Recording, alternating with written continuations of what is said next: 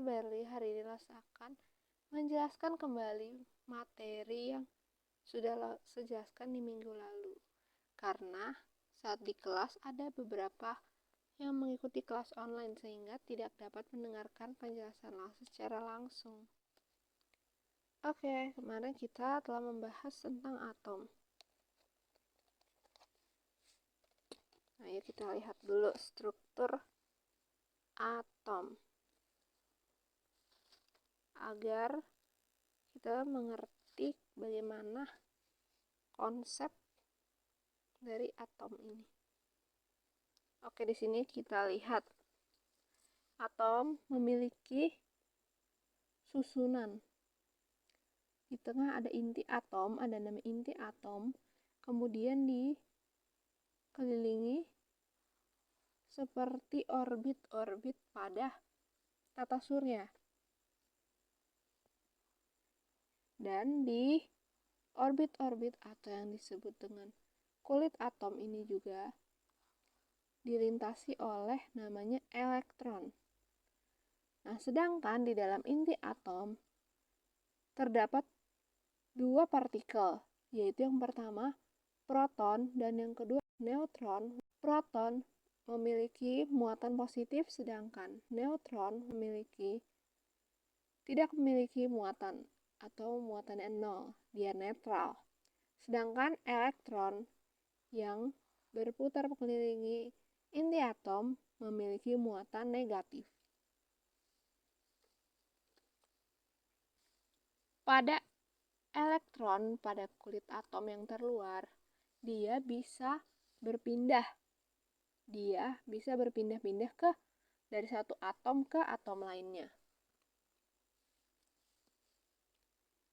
Hanya elektron yang dapat berpindah-pindah, sehingga jumlah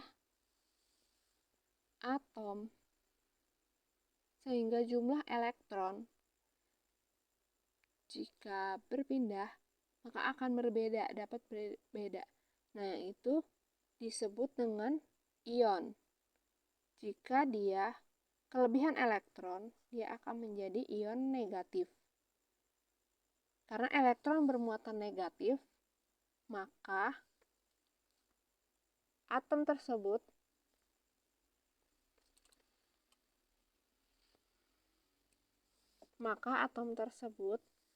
akan menjadi bermuatan negatif karena dia kelebihan elektron. Elektron pada kulit terluar dapat berpindah-pindah dari satu atom ke atom lainnya. Jika suatu atom memiliki kekurangan elektron, maka ia akan menjadi ion positif. Jika suatu atom kelebihan elektron, maka dia akan menjadi lebih negatif sehingga menjadi ion negatif. Nah, karena elektron dapat berpindah-pindah, hanya elektron yang dapat berpindah-pindah dari satu atom ke atom lain. Di mana jika atom terluarnya memiliki jumlah atom yang hampir lengkap, maka atom lain yang jumlah atomnya lebih sedikit akan berpindah untuk melengkapi elektron yang ada di atom lain tersebut, sehingga dapat terjadi perubahan jumlah elektron.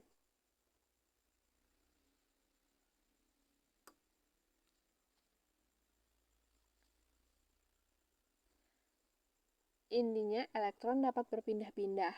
Hanya elektron yang dapat berpindah-pindah.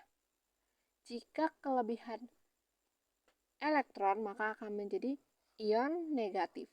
Jika elektronnya hilang, elektronnya pindah, maka akan kekurangan elektron dan akan menjadi ion positif. Ingat sampai di sini. Oke, ingat. Nah, kita lanjut melihat ke tabel periodik unsur.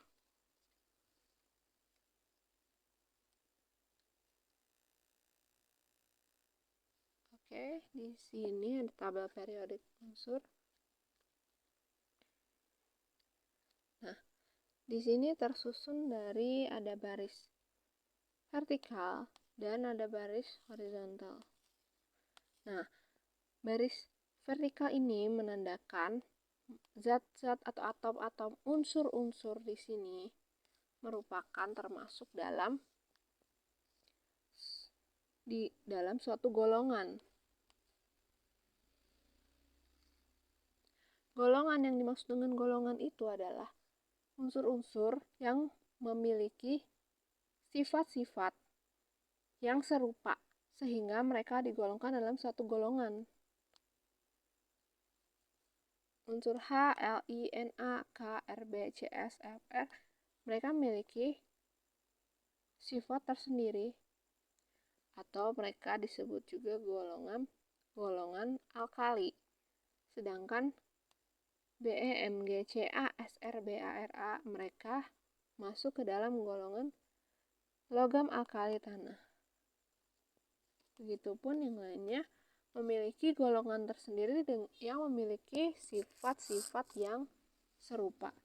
Sedangkan pada baris horizontal mereka menandakan kulit atom yang sudah terisi oleh elektron. Nah, seperti tadi yang sudah kita bahas, kalau atom tersusun dari inti atom dan ada lintasan-lintasan. Untuk elektron ini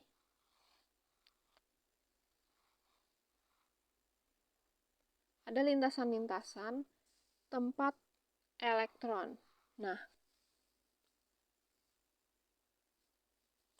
menurut periode, misalnya periode 1, berarti dalam suatu atom, kulit terluarnya yang terisi adalah sampai pada kulit atom yang pertama. Jika disebut periode 2,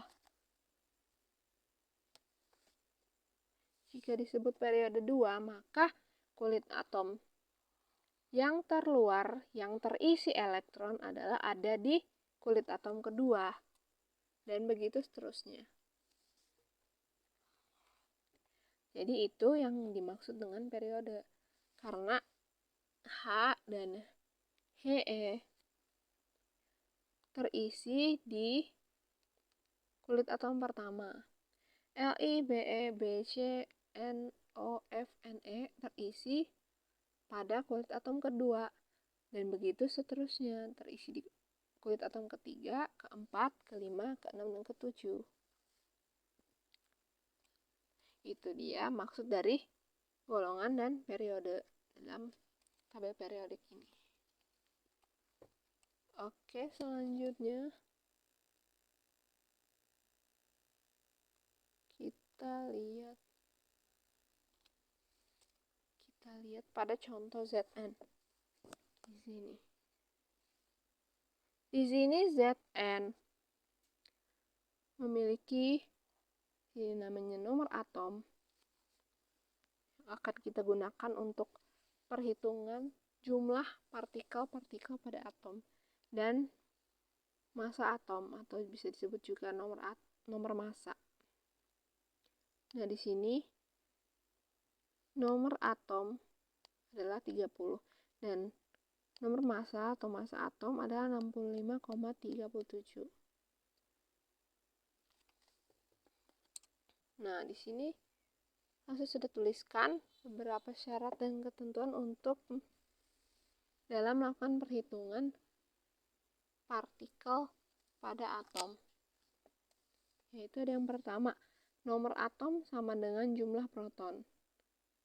Berarti nomor atom yang tertera pada tabel periodik ini adalah jumlah proton dalam atom tersebut. Kalau di sini nomor atomnya 30, berarti proton dari Zn adalah 30. Kemudian ada nomor massa. Nomor massa itu sama dengan jumlah proton ditambah jumlah neutron. Atau disingkat atau lase singkat di sini P plus N. Nah, itu adalah nomor massa atau massa atom di sini 65,37. Nah, dalam tabel periodik agar memudahkan dalam perhitungan, kita melakukan pembulatan untuk nomor massa. Yaitu jika koma yang terdapat pada suatu unsur, suatu nomor massa atom pada unsur itu lebih dari atau sama dengan 0,5 dari 0,5, 0,6, 0,7, 0,8 sampai 0,9, maka akan dibulatkan menjadi 1. Berarti satuannya ditambahkan 1. Sedangkan jika kurang dari itu sama dengan 0,4, 0,4, 0,3, 0,2, 0,1, maka dihilangkan. Jadi 0. Nah,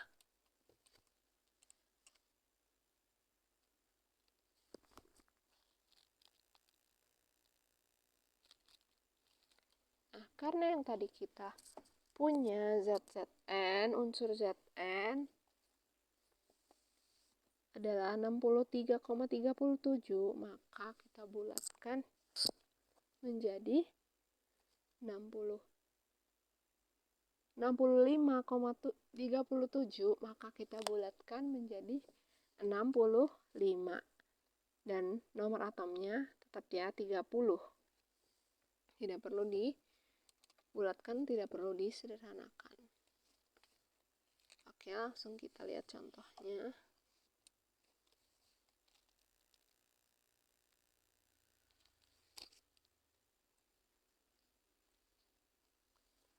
Oke, di sini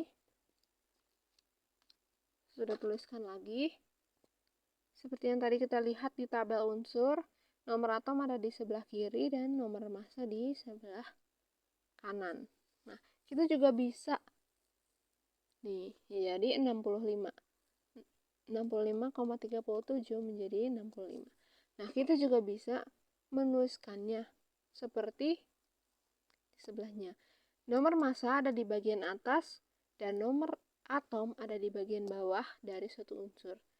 Nah, ada juga satu bagian lagi di sini yang menandakan dia itu adalah termasuk ion atau bukan.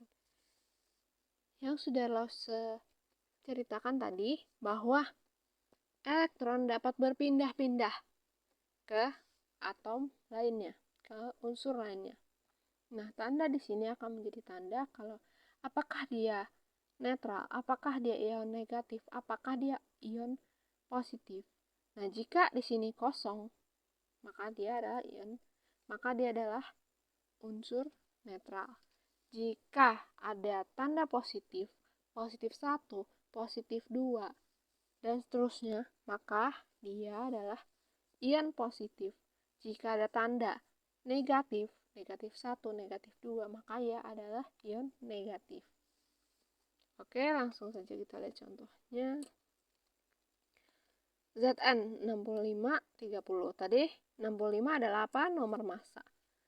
Nomor massa adalah jumlah proton plus neutron. Oke. Kemudian nomor atom. Nah, nomor atomnya adalah proton. Tulis dulu. Proton sama dengan 30. Nomor atom sama dengan proton. Maka protonnya sama dengan 30. Nah, elektron, kita lihat lagi syaratnya. Dalam keadaan netral, tidak bermuatan, jumlah proton sama dengan jumlah elektron. Dalam keadaan netral. Apakah di sini Zn netral? Ternyata tidak ada tanda di sini. Maka Zn ini adalah netral. Maka elektronnya adalah 30, sama dengan proton. Oke, selanjutnya kita lihat neutronnya. Nah, neutron di sini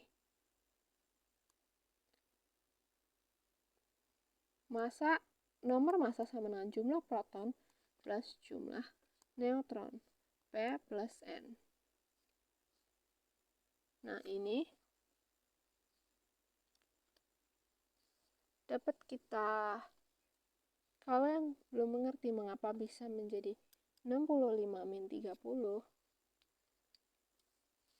itu karena kita melakukan aljabar ya. Seperti ini. Tadi nomor masanya berapa? 65. 65 sama dengan nomor massa sama dengan jumlah proton plus jumlah neutron. P plus N sama dengan P plus N. Nah, kita mau mencari N, maka P akan pindah ruas ke kiri. 65 pindah dari positif, pindah ruas menjadi negatif. Sama dengan N. Maka N sama dengan 65 min P. Nah, di sini N-nya jadi ke kanan aja. Semuanya dibalik, pindah posisi, cuma pindah posisi yang ini. N sama dengan 65 dikurang 30. 30 apa? 30-nya P tadi. Protonnya, karena di sini N sama dengan 65 min P sama dengan N sama ya. N sama dengan 65 min P. P-nya diganti 30. 30 jadi 35. Nah, N-nya sama dengan 35. Oke, ngerti sampai sini? Ngerti ya? Harus ngerti. Kalau kalian belum ngerti, kalian nanti bisa ulang lagi videonya sampai kalian ngerti. Oke, selanjutnya kita lihat. Di sini Zn dia punya tanda negatif. Tanda negatif ini apa? Nah, berarti si unsur Zn itu punya kelebihan negatif 1. Sini nggak ditulis satunya, karena kalau 1 itu bisa nggak usah ditulis, kayak seperti kalian menulis 1A dalam aljabar 1A, kan kalian nggak nulis 1A, tapi kalian nulisnya cukup A saja juga boleh. Seperti itu, sama di sini. Min 1 kalian tulis saja min. Oke, kalian tuh nggak usah bingung di sini. Kalau ada tanda-tanda seperti ini, kalian cukup caranya sama seperti yang pertama. Yang membedakan itu cuma di elektron. Di sini P sama kan, semuanya 30, yang sini yang plus. N-nya juga sama, 35, 35, 35. P dan N-nya sama hasilnya. Yang membedakan adalah elektronnya. Karena elektron yang tadi lo bilang, hanya elektron yang bisa berpindah-pindah dari satu atom ke atom lainnya. Sedangkan proton neutron nggak bisa, dia tetap sama, walaupun dia ion, dia tetap di tengah kan. Yang berpindah-pindah elektron. Oke, elektronnya 30 plus 1. Kenapa ini plus 1? Karena dia, kalau dia minus, berarti kan Zn ini lebih negatif. Nah, apa benda yang negatif di atom, di unsur? Elektron. Elektron yang bernilai negatif. Berarti kalau dia isinya negatif, elektronnya harus ditambah. Karena elektronnya bermuatan negatif. Di sini jadi 31. Nah, di sini ingat, kalau di sini negatif, maka elektronnya ditambah.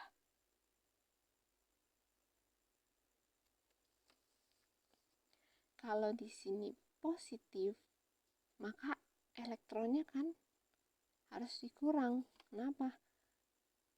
Ya karena protonnya kan nilai positif, maka dia lebih positif. Suatu unsur ini jadi lebih positif. Kalau jadi positif, berarti elektronnya yang berkurang, nilai minusnya yang dikurangin. Nilai minusnya yang dihilangkan.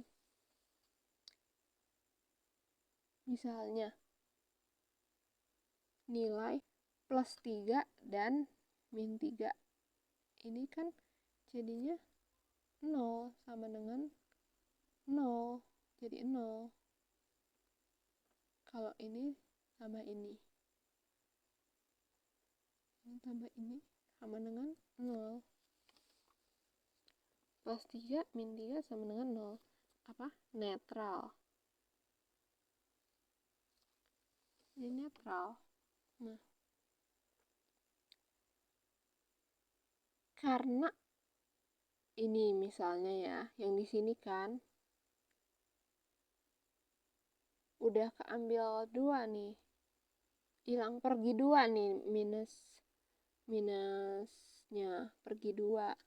Maka ada jadi berapa? Min 3 plus pergi 2 berarti tinggal min 1.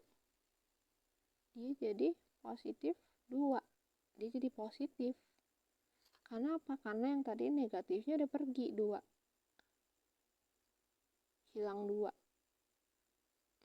Nah, sedangkan kalau ketambahan, kalau ada negatif dari yang lain nambah ke atom tersebut, maka kita lihat jadi misalnya ketambahan 1, jadi negatifnya ketambahan 1, jadi minus 4. Kan ini jadi lebih negatif, jadi negatif 1. Yang ini ya konsepnya. Kalau dia, ingat ya, kalau dia negatif,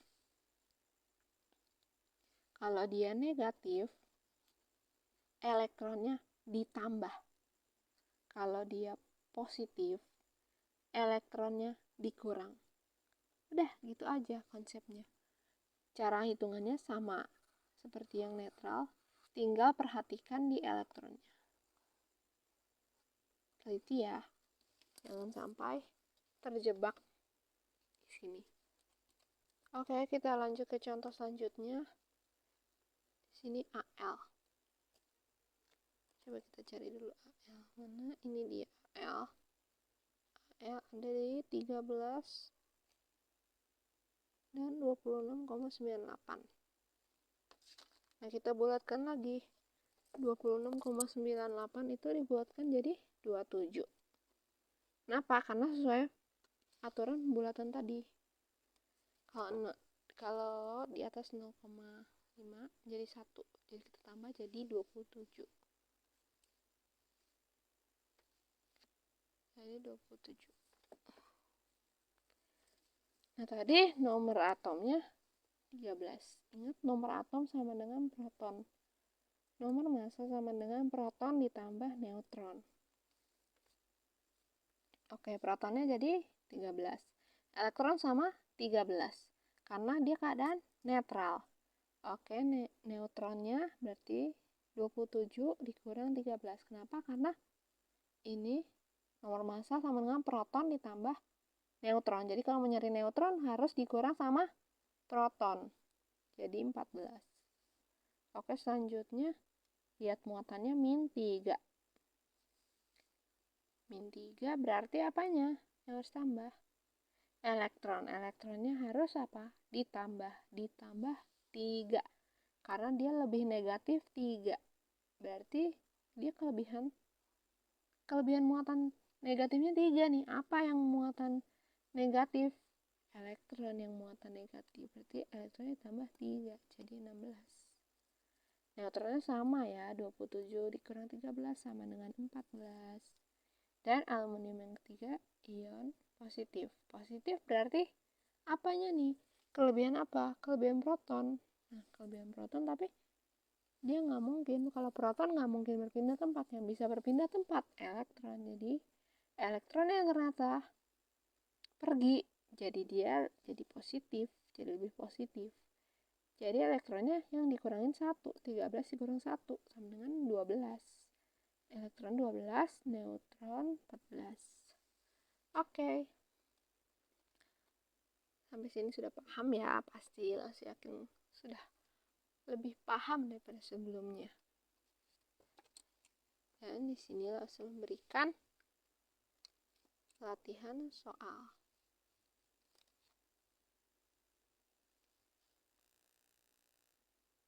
latihan soal untuk kalian jawab. Nanti kalian cari juga nomor massa sama nomor atomnya di tabel periodiknya. Buat tahu berapa sih nomor atom sama nomor massanya Ca, berapa nomor atom nomor massanya I, berapa nomor atom nomor massanya Cl. Kalian hitung juga partikel atomnya sama kayak gini, tulis sama kayak gini caranya. Kalian boleh tulis di buku atau kalian boleh juga jawab di kolom komentar. Oke, sekian dulu penjelasannya dari Lause. Terima kasih yang sudah mendengarkan sampai sini. Saya yakin kalian sudah bisa lebih paham daripada sebelumnya.